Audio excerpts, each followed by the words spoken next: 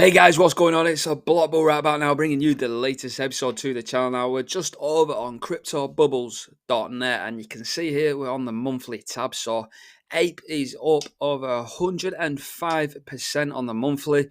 We've also got meme season, looks like that to be kicking in. So we've got Mog over here, 87. We've got Mew, 78%. We've got Popcat, almost 50%. We've got Brett as well. Brett also doing really well. Bonk, and we got Whiff as well. So let's just go over to the weekly, see where we are heading. Again, these are just the top 1 to 100 coins.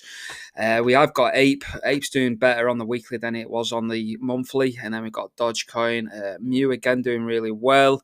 So yeah, a lot of cryptos. Now let's just click on this tab here. Now you can see, actually, if we just go over to the month, because I was just having a quick gander at this. Now if you come over to the monthly, you can see what sort of bracket the best performers are on the monthly here. So you can see the top 1 to 100, 13.5, and then the top 100 to 200, you're looking at 37. So the best sort of gains that we've experienced in the past month is definitely in this sort of price bracket as well. I am looking to, I want a little bit of fun, because the last thing I want to be doing is holding these utility tokens that I never had. Well, I say never, they hardly ever pump.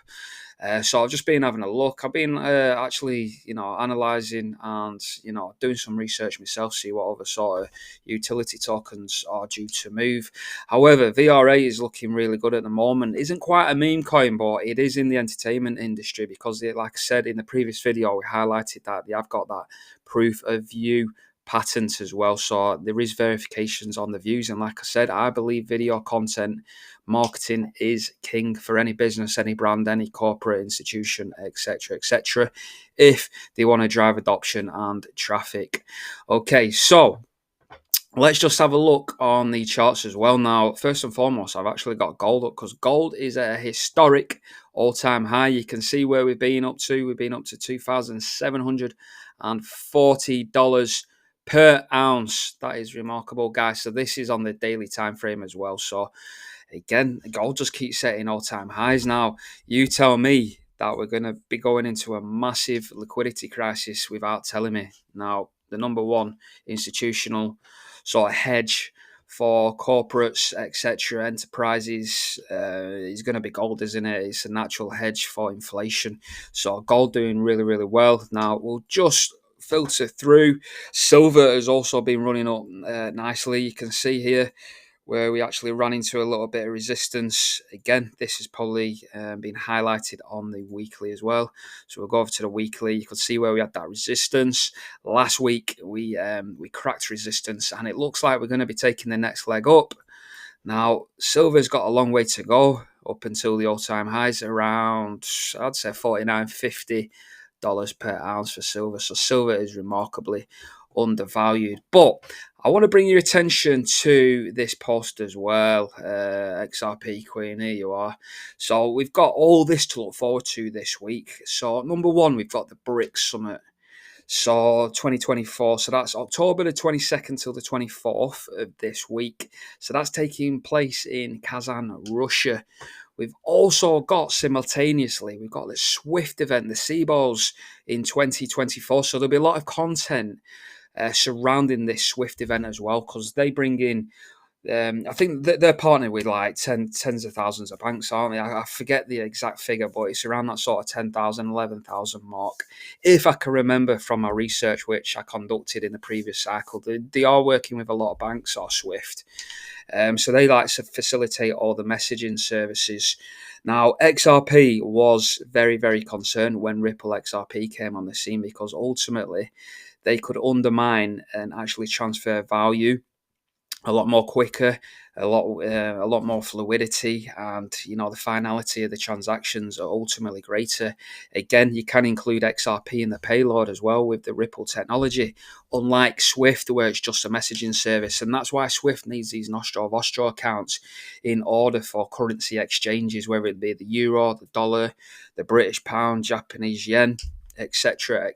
So it'll be interesting to take a look at the clips that do come through at the end of this week once the Swift event has taken place. There'll be loads of content on YouTube anyway, so I'll probably be covering a lot of that content myself in the sort of coming week as that plays out. We've also got the Federal Reserve Bank of Philadelphia FinTech Conference featuring Brad Garlinghouse and Chris Lawson. So again, 22nd, 23rd of this week. So there's a lot of fundamental analysis coming out in sort of favour of XRP, depending if you want to link XRP with Swift, if you've done your own research, etc. But for me, I believe Chainlink have got very, very strong links with Swift, and I do believe the BRICS nation is predominantly XDC. Obviously, XRP, probably involved to some certain extent, and then again, Federal Reserve. I do expect XRP to be like the number one coin in affiliation with the Federal Reserve, in my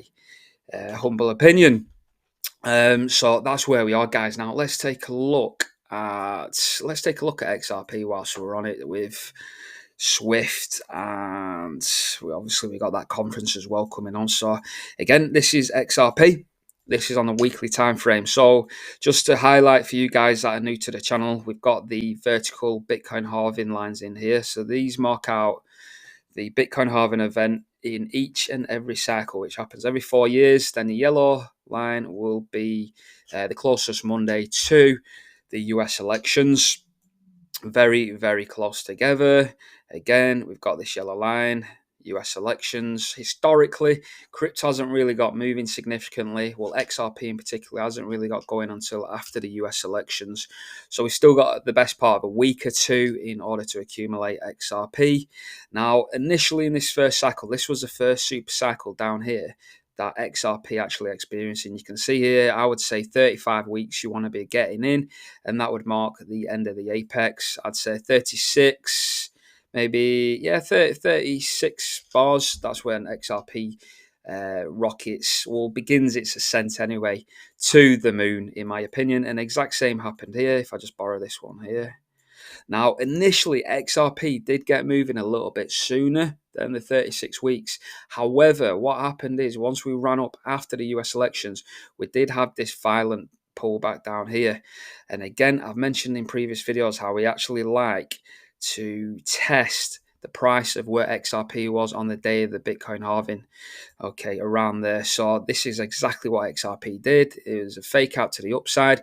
We come back down and we actually took out all the liquidity, and it looked as if we came back down to attempt to retest this blue trend line down here. So that was after 33 weeks. That would have been a brilliant buying opportunity.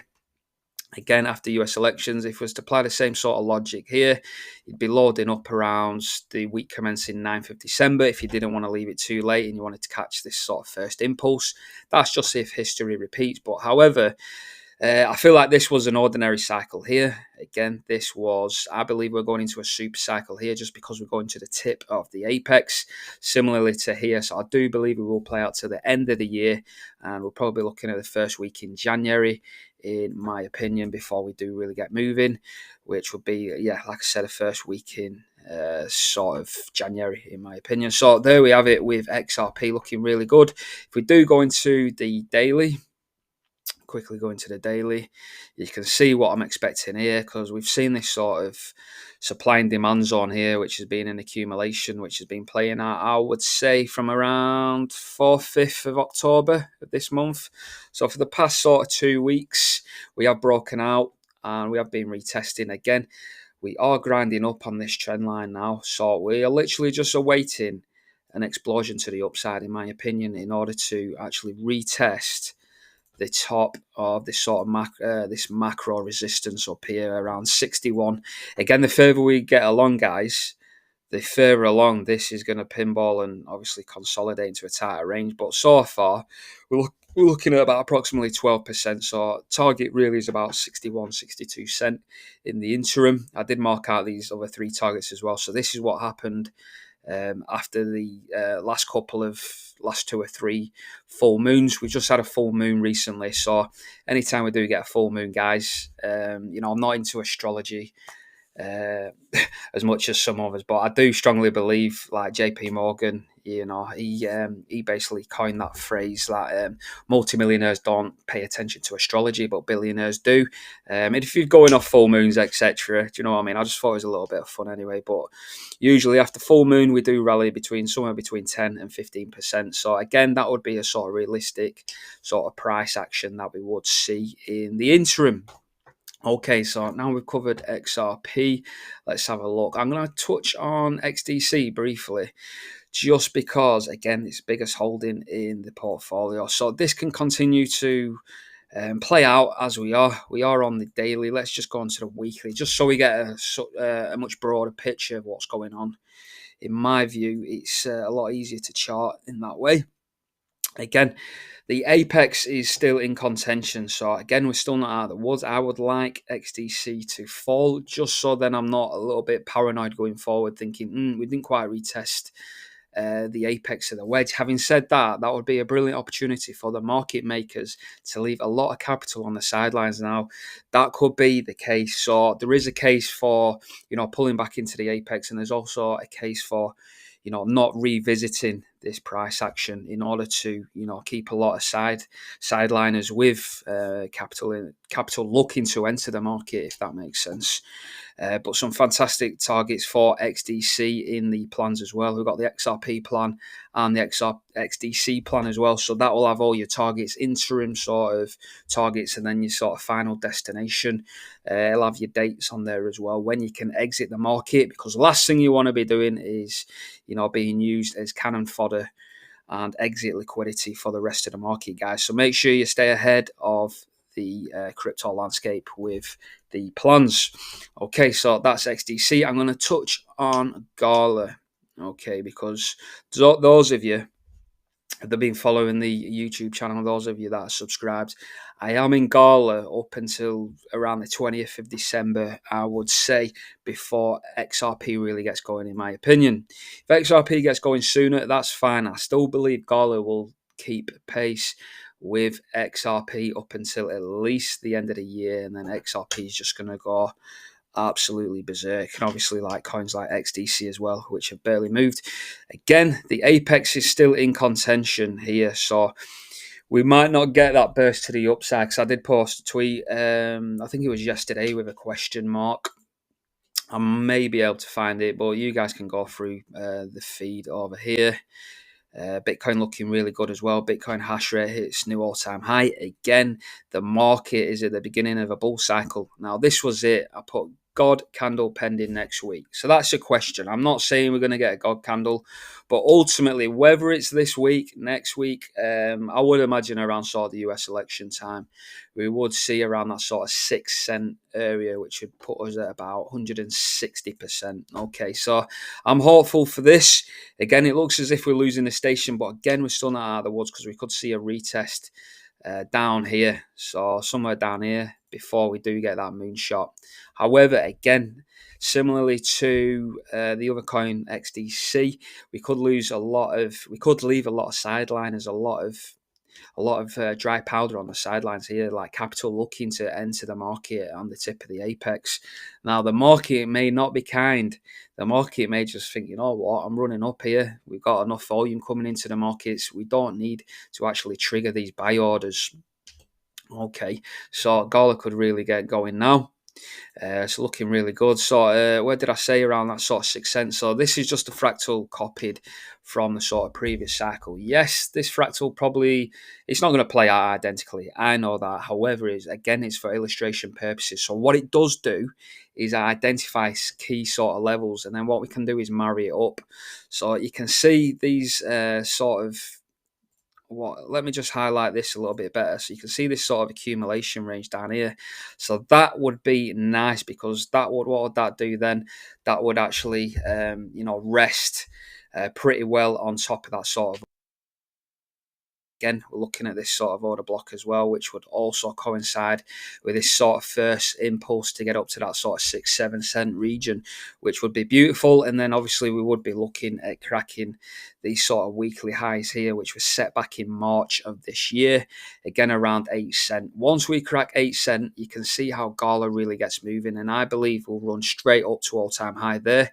We may have a little bit of difficulty with this liquidation box up here where the supply and demand is anywhere between 12 and 17 cent in my opinion.